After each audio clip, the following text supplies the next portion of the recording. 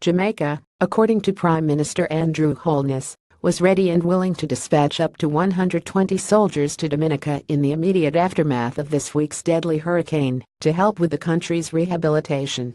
But there was a problem, and not only the fact that communication with Dominica was nearly impossible and its air and seaports closed.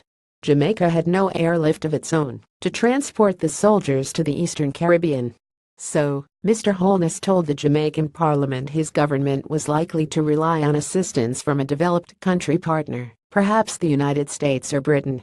Another possibility, which the Prime Minister didn't specifically mention, was for Trinidad and Tobago to make available a jet from the Stadian Caribbean Airlines Limited. It was against this backdrop that the Prime Minister raised the prospect of Jamaica acquiring its own aircraft, which we suppose would be an asset of the air wing of the Jamaica Defence Force, to be used in myriad circumstances. With Opposition Member of Parliament Ronald Thwaite suggesting that Jamaica also acquire a large seagoing vessel for similar purposes, Mr. Holness revealed that he and his Trinidad and Tobago counterpart, Keith Rowley, had had discussions along the same lines. There were, however, no details on discussions between Kingston and Port of Spain. First, this newspaper endorses Jamaica's readiness to help in a disaster faced by a Caribbean partner. It is part of the essence of the regional integration project, which Mr. Holness, in defiance of the historic aloofness of the party he leads, has discovered and demonstrated a willingness to embrace. Indeed, the demand for such mutual assistance is likely to grow as Caribbean states confront increased numbers of extreme weather events associated with global warming. The problem, however, will not be only for this region. Other parts of the world, too, are being affected by the same phenomena, including countries whose leaders reject the idea that rising temperatures are being caused by the actions of mankind.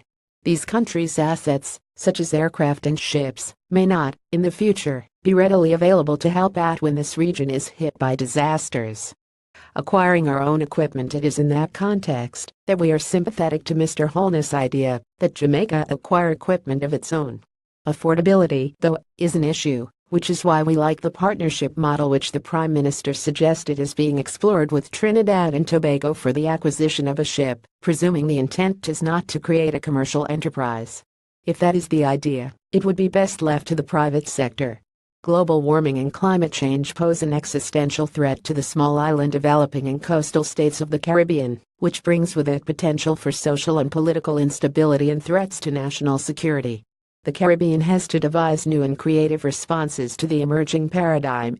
Among these, we believe, must be greater coordination between the region's civil defense and security mechanisms.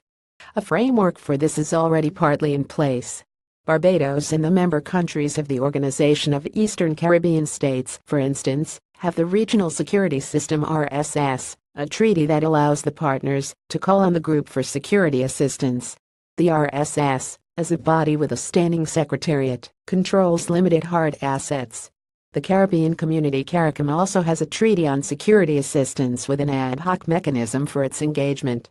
We have in the past proposed that Jamaica join the RSS, and that it is expanded to include CARICOM members in the Northern Caribbean. Jamaica would be the hub for RSS Northern Quadrant. This arrangement would provide a more appropriate and affordable regional cost-sharing framework for the acquisition of the kinds of equipment suggested by Prime Minister Holness.